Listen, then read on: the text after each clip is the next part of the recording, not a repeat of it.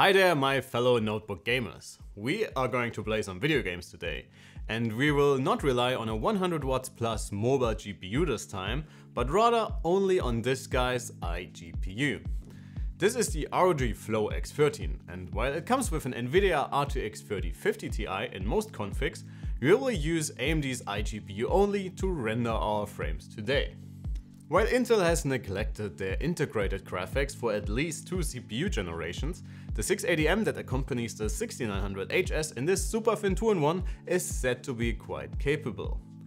And since early rumors for the upcoming 780M indicate an only marginal performance improvement, we think this one will still be relevant for a lot of you guys. The Flow X13 also comes with dedicated silicon from NVIDIA as well, providing us with the perfect reference point within the very same chassis. So sit back, relax, and let's see if you can get away with skipping the extra cash for the big and beefy notebook GPU for when you buy your next gaming notebook. Before we get into some actual games, let's start with synthetics. The 680M in the Flow X13 is based on AMD's RDNA 2 architecture and can run with up to 2.5 GHz at up to 45 watts. As a really big surprise to absolutely no one, the integrated graphic chip is of course nowhere near what the NVIDIA entry-level card can deliver. But that also wasn't really the point here. As I said, I would just compare these two against each other to have a reference point and get some sort of baseline for raw GPU grunt. For good measure, I also ran the same benchmarks for Intel's latest iGPU from within the Dell XPS 15 I just happened to have on hand. As you can see, the 680M sits pretty much right between the small Ampere card and Intel's iGPU equivalent, which is in itself pretty impressive already. That said, given that the AMD chip and Team Green's offerings are both running at about 40 to 45 watts, the RTX 3050 Ti can squeeze a lot more performance out of basically the same power envelope. So it will be very interesting to see how this translates to real-world performance and especially battery life and fan noise. But enough with those abstract numbers, let's play some video games. I picked 5 titles from our standard benchmark suite and from the stuff I have been playing myself lately. It's a pretty good mix between older and newer games as well as story titles and shooters alike, so you guys can get an idea from what to expect. Let's kick things off with Cyberpunk 2077.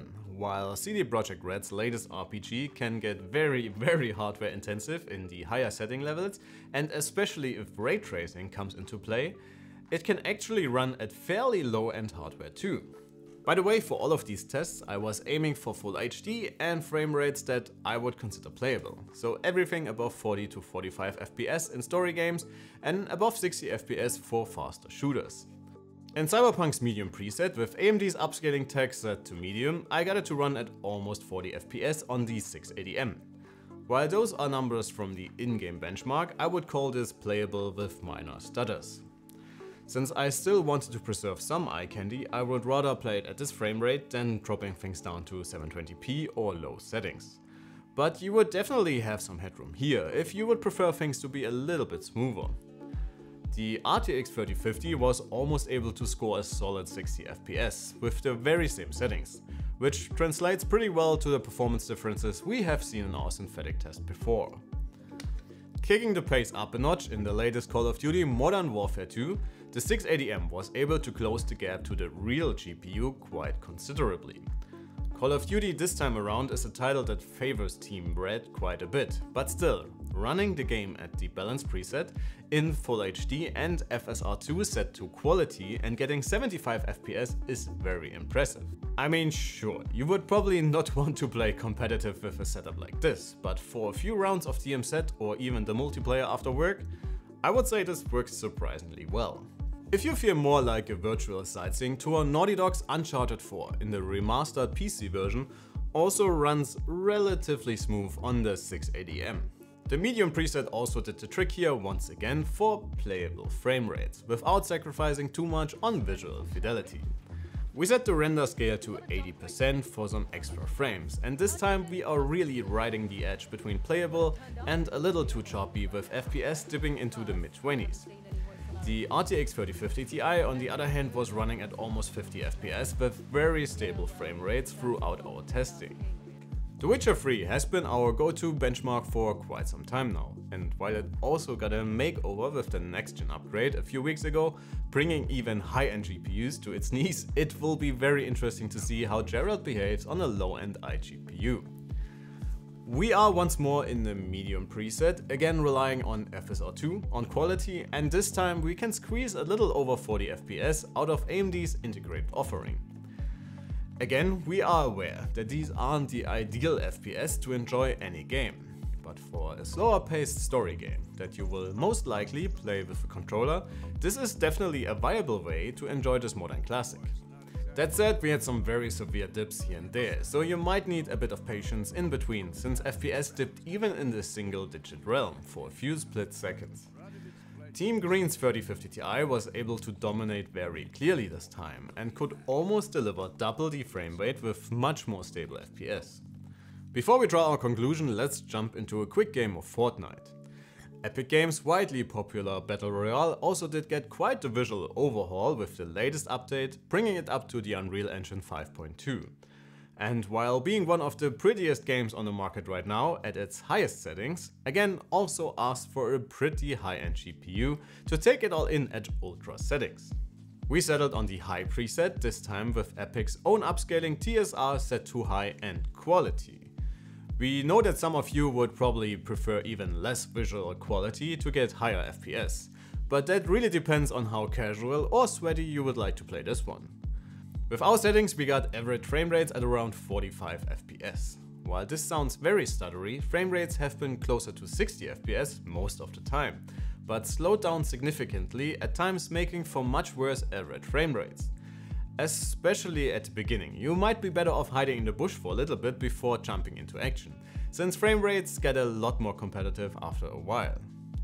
And for those of you being interested into dominating their lobbies, you can definitely drop down the graphic settings for higher numbers overall.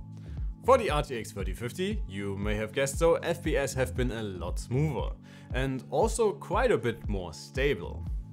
We have some very severe dips into the low 20s here as well though, but with an average of almost 80 FPS at the same setting levels, it's much less of a problem overall. Again, I'm not really trying to compare these very different chips with one another. It was just a very interesting opportunity to test both within the same chassis. It also presents us with the chance to compare battery life directly, and those of you hoping to game longer on the go, with some sacrifices to frame rates, will be bitterly disappointed. We did our standard Witcher 3 battery test, and the 680M was only able to outlast the small ampere chip by about 15 minutes, giving you a total of a little more of an hour to play before needing to recharge the X13. We also took some noise samples for you, but even in this regard there is no real benefit to omit the dedicated Nvidia GPU within the ROG convertible.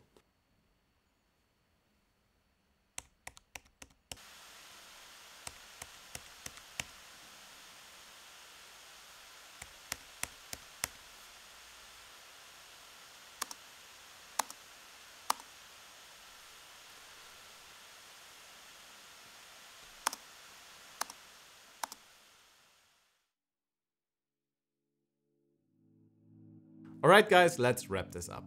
Is AMD's integrated 680M a viable option for playing video games? I guess it really comes down to your perspective and what machine you would consider buying. If you are looking into a gaming laptop that only serves the purpose of playing video games and portability is not a real concern to you, well then you will be better off with even an RTX 3050. But if you are looking into a thin and light laptop that you mostly use for work, but you still want to enjoy a game after hours, well then picking one with AMD's 680M over something that only comes with Intel's iGPU is definitely the much better choice. Unfortunately, as it has been with AMD's chips for the past year, it is actually not that easy to find SKUs with this hardware. But we put links to some examples we reviewed in the caption below, so feel free to check out our written reviews on the website. That would be it for today. Please let us know what would be your take on this topic. Would you consider buying an AMD notebook to be able to play games on the iGPU? Or would you get a proper gaming notebook right away? Please let us know in the comments below.